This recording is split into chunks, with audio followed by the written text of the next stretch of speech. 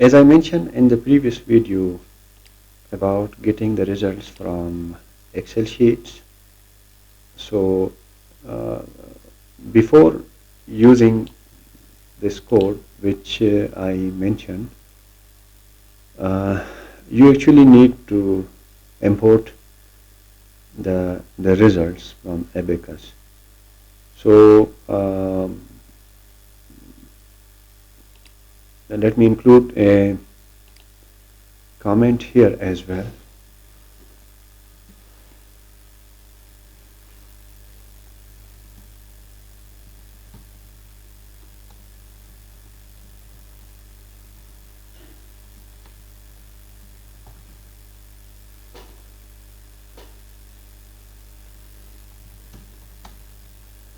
This code is important in that case. This result is extracted. Let me just go to save this. This is for demonstration purpose only, right? And in order to do this, let's first go to the results. This is actually a demonstration.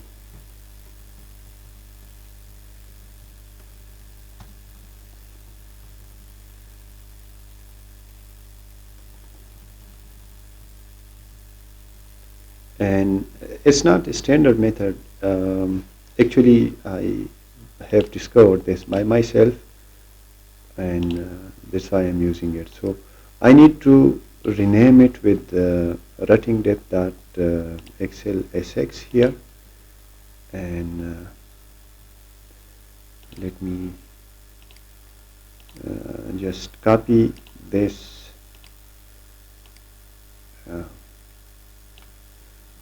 specific portion only,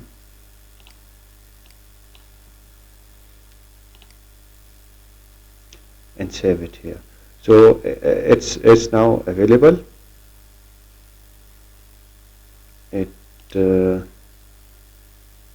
This folder, demo of getting routing profile. Now this is the code which is for getting active and inactive routing depth. So getting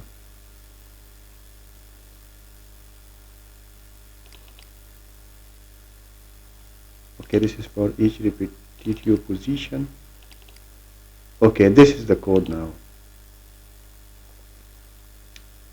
So I need these two files here, routing depth and the routing depth that I already generated, but I have to be careful about it because I need a specific format for it, which I have to do by myself.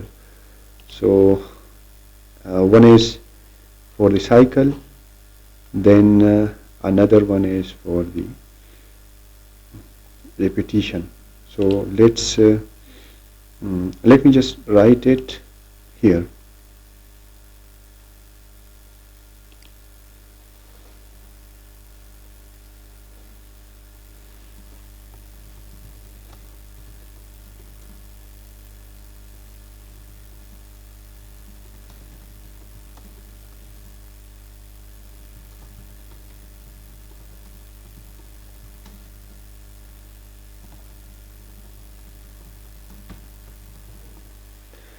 Right, and that sheet is, let me just copy this before going to demo folder, and there I go.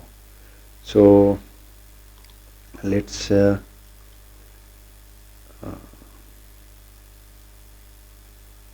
open this code.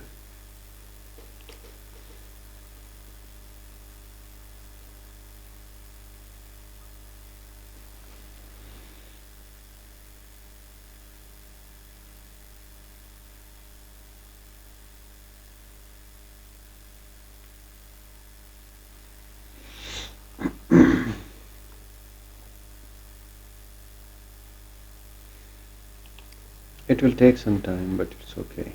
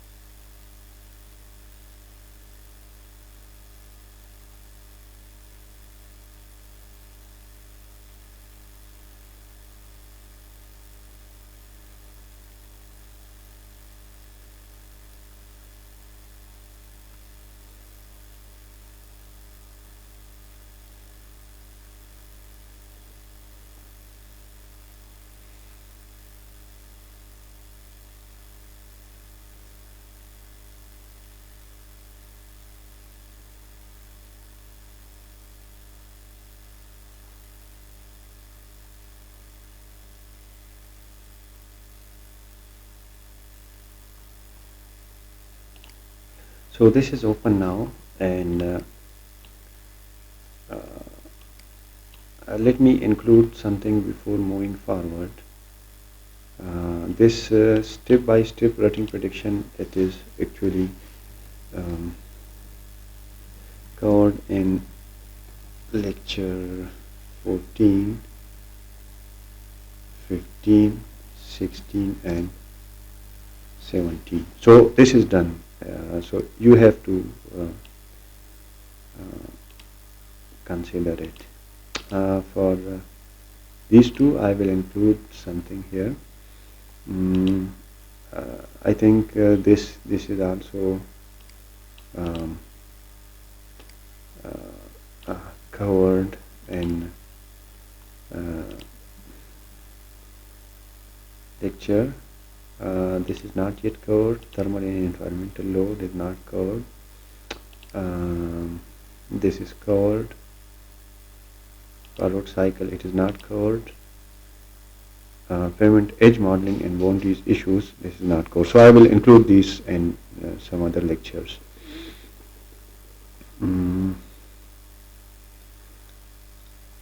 Then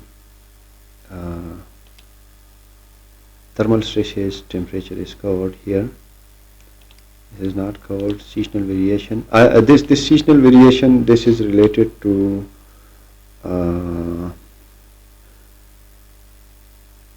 thermal and environmental loading. So somehow it is covered in some lectures, but still something is remaining here.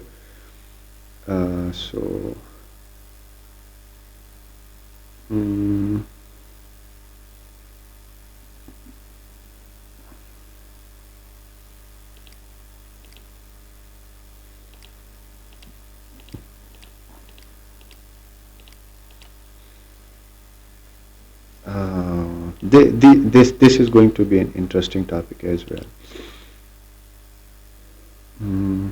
Okay, so we are moving forward step by step with all details. Now let's go to this code here. I got this from ABAQUS, so I need to process it before proceeding ahead. And once you import this from ABAQUS, first thing you need to do is just delete this one and insert a row here and insert one column here. So this is going to be cycle number or tire pass.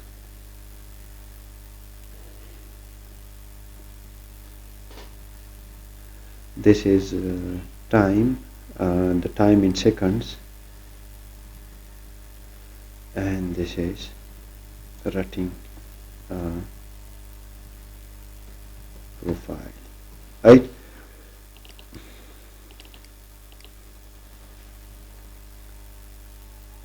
Zero, 0.1, 0.2, 0.3, and so on. So yeah, so these are the tire passes, and these are approximately 1000. Yeah, it's okay. It's this approximation is correct here.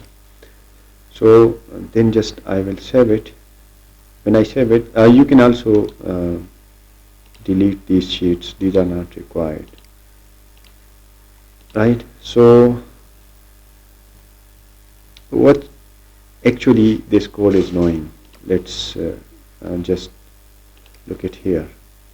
We are actually trying to get the local maxima and local minima here. So this is actually the minima, which is when get reversed, it will be the maxima, and the maxima will be converted to minima. So this behavior that we are getting here right now, this is an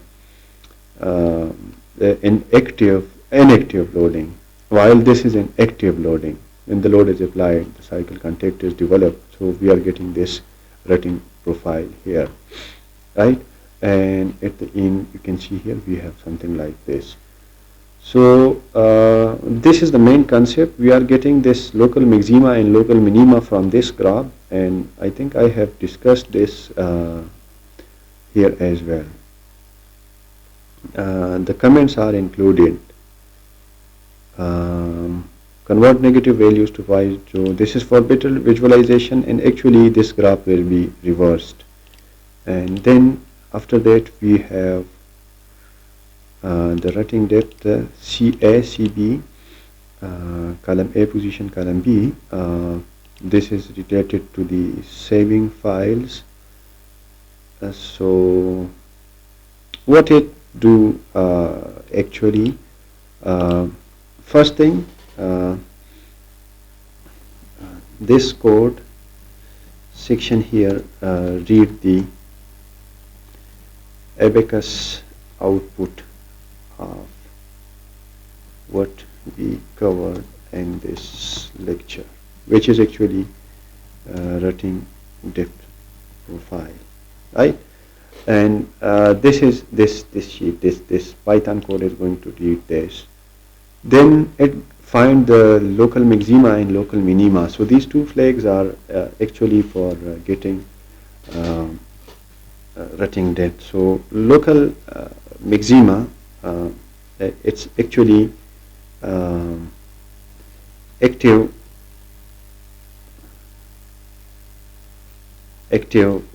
rating depth when the tire load is applied, and local minima is inactive rating depth when the tire load is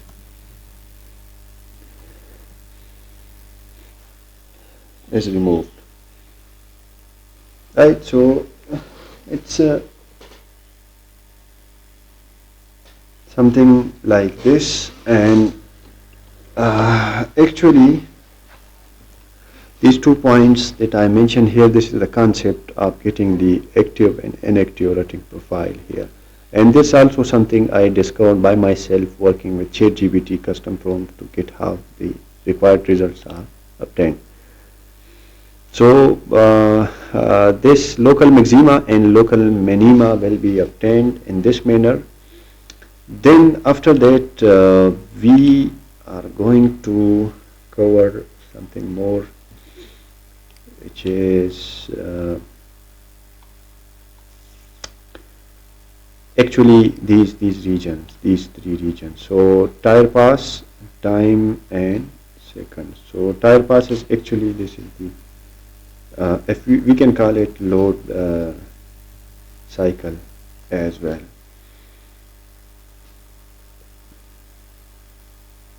So that's it, and let's look at here what else are in the code.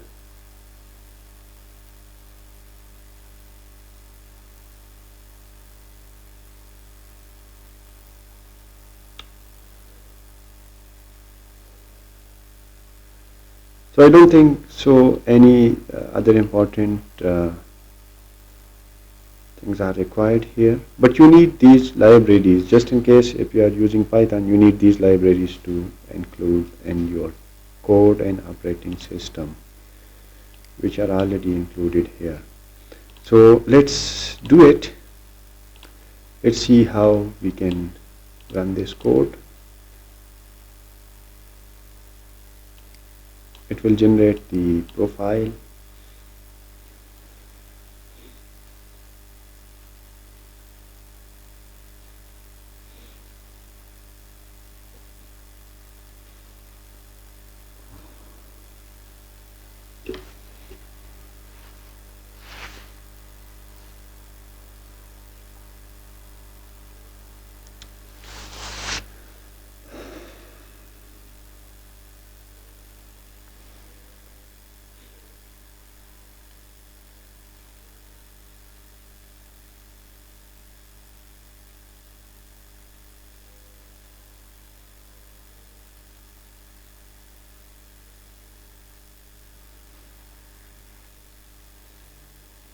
Don't worry about it. Sometimes it takes too much time, and I don't know what is the reason behind it. The main reason behind it is actually the Panda library, and matplotlib does not take that much time, but Panda take a lot of time. So these libraries are required for analysis of the data. There will be some changes between this code and this code in terms of comments. Nothing else is changed in this code. So don't worry, I'll provide you this sheet as well, this whole course content. Right, so each section is presented here, and yes, graphs are generated. So inactive loading, we got this. Let's go back to the results. This is the loading cycle number versus writing depth. So this is an approximation. Close it and unloading. So I need to do one change here, and that is actually unloading is loading and loading is unloading. So loading,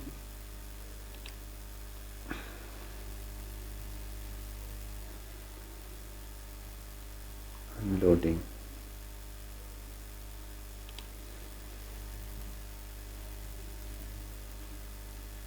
Unloading and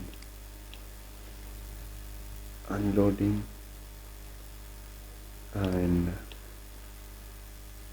loading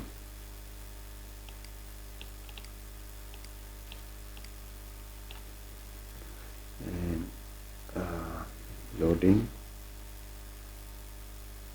Right, so let me just redo this, run this again. I will do these changes in this code as well.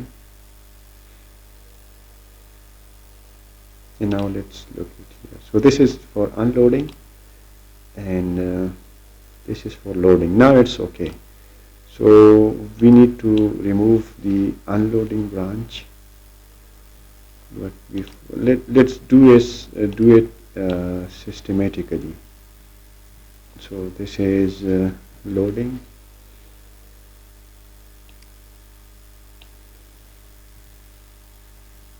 This is loading. This is loading.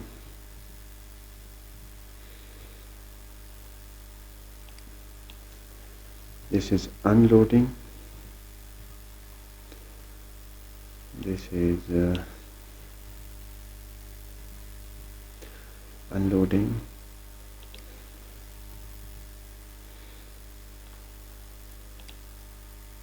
So this is only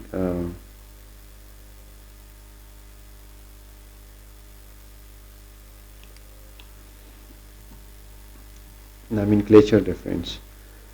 So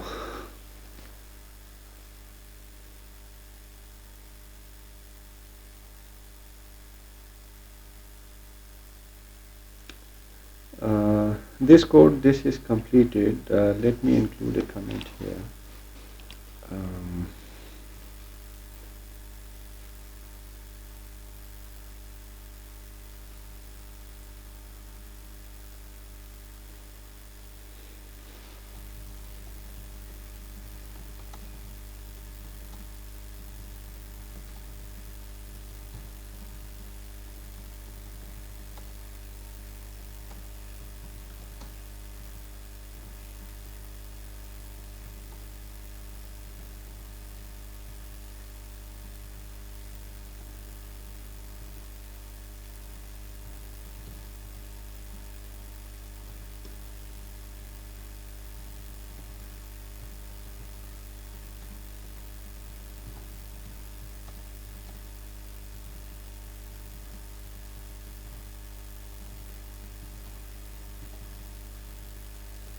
So just need to make sure this, and let's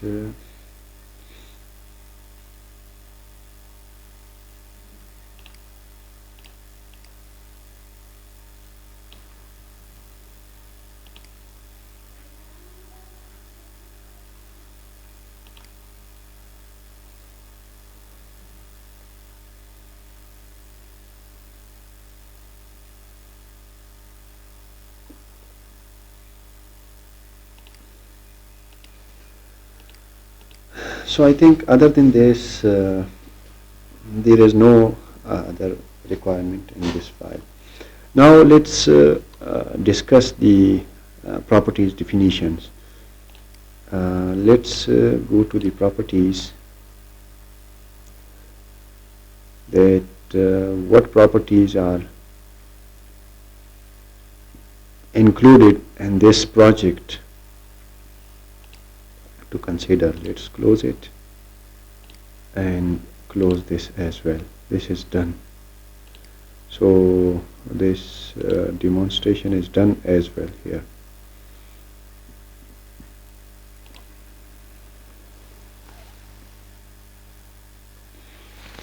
So go to keywords here. Most of the time I work with the keywords in the input files.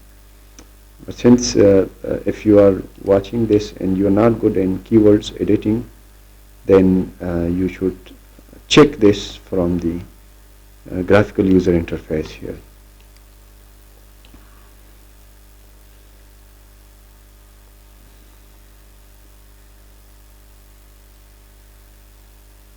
So these are the material properties, and I have discussed them here as well. We have this 0.0019 as a strain rate, 0.339 as a stress exponent, minus 0.727 as a temperature dependency at 333.15, and this is the temperature of 333.15. So the elastic behavior is used with the combination of the creep, and we have elasticity of 81.3 and Poisson ratio of 0.4, and which is temperature dependent, and it is 333.15. So this is something you should be aware of, and these are stress order, time order, and temperature.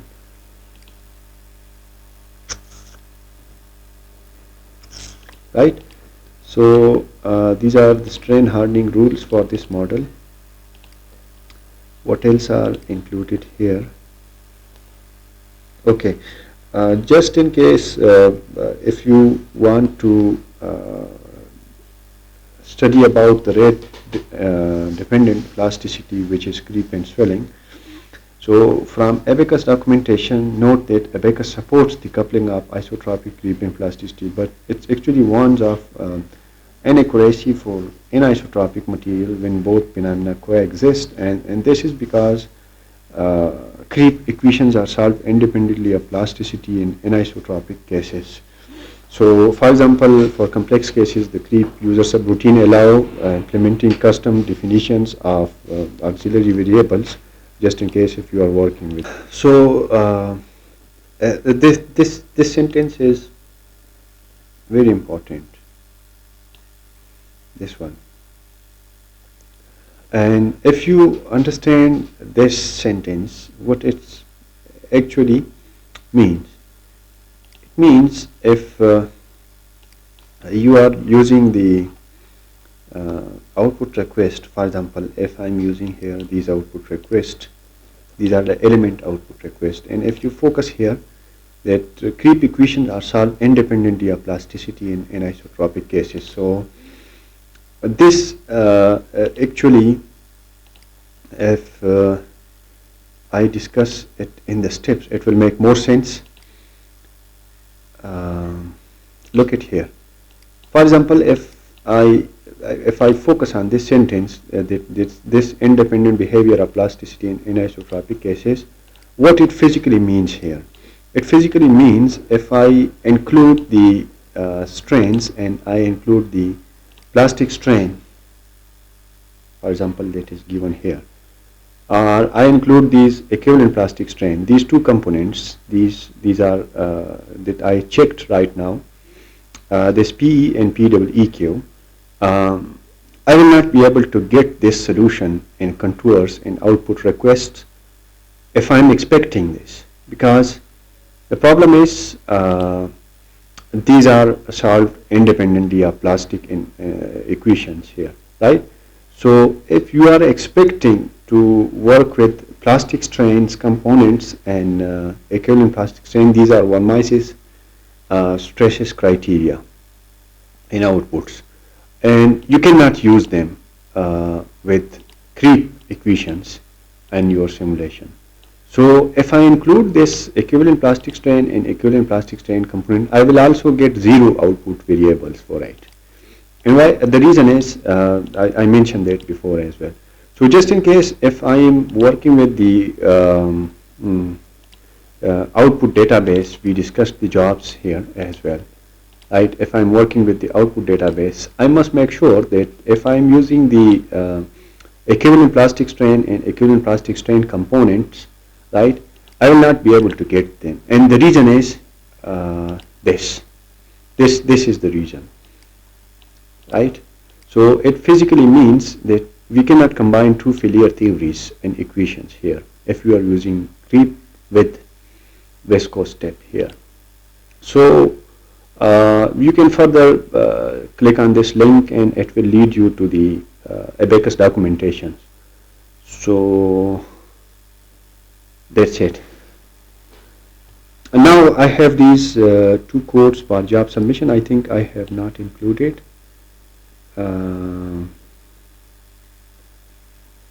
And let's make them, these are now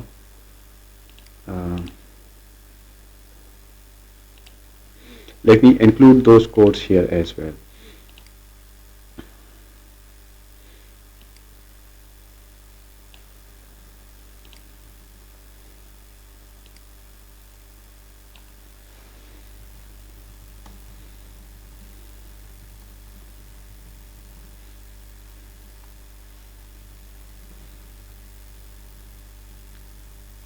So what is the benefit of using these codes? These codes actually save time, and along with it, these codes also save computational effort. So if you are using ABAQUS and the graphical user interface is in use, you would not need to worry about it. all you need to do is to create input file and then submit them with these codes, and also monitor the uh, the status file .sta, which actually ABAQUS generate for solver equilibrium. Right. So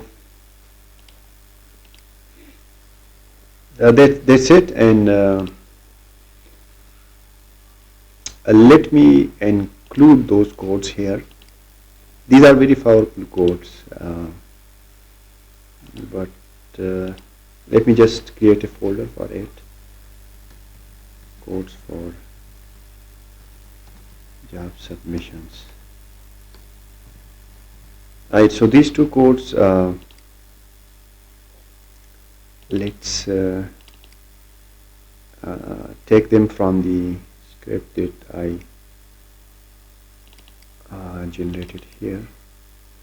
These two are the codes. I think I have mentioned them in previous videos as well, but let's include them here. So one is monitor job and another is submit job. One of the code is with the name of monitor job, and other one is submit job .py. Let me look into the nomenclature again. Monitor job and submit job. So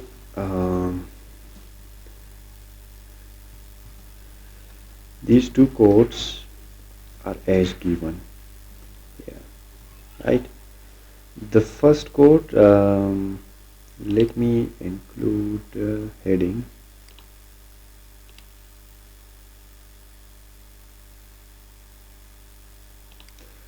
Which heading it is?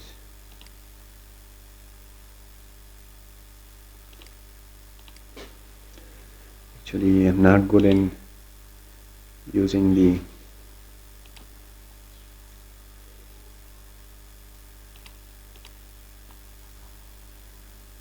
it is heading 3. Okay, so let's just include the codes here. The code are Python codes, so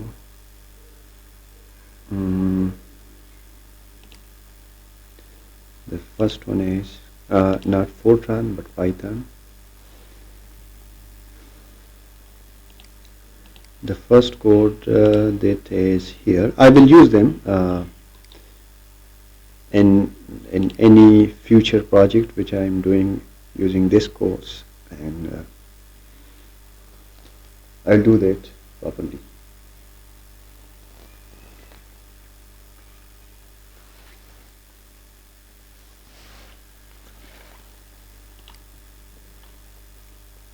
So you need operating system library for it.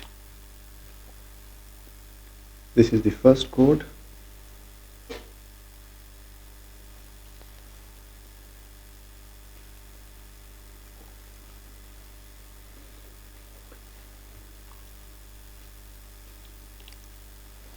So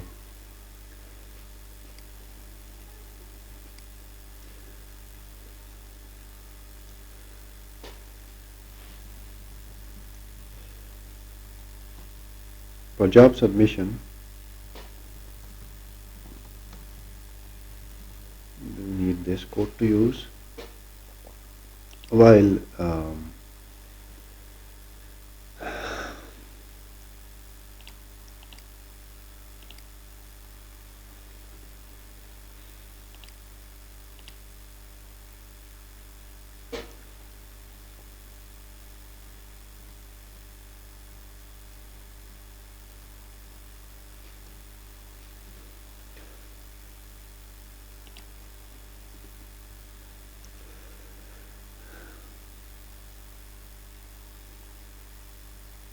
The other code is for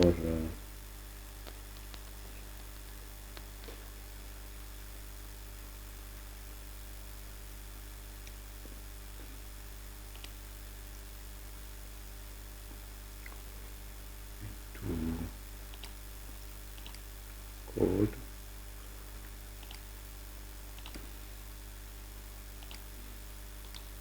This is for monitor job.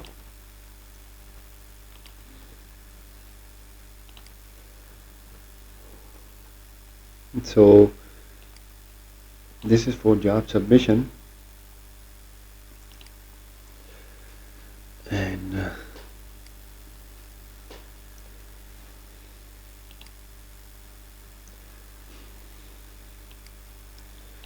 job monitoring, you need this code. So you have these two codes which you are going to use for job submission and job monitoring, and these codes are very handy. I will use them for projects, so you will understand how this code works.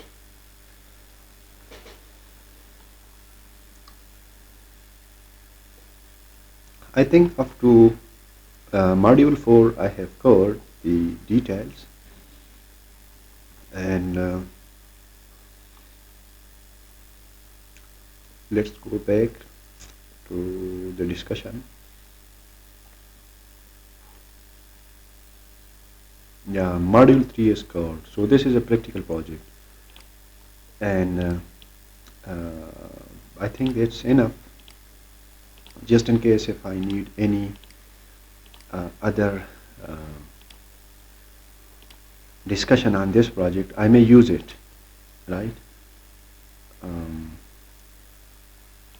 But these files are important, so that's why I'm categorically using these, and I think a lot of details have been included in this course so far.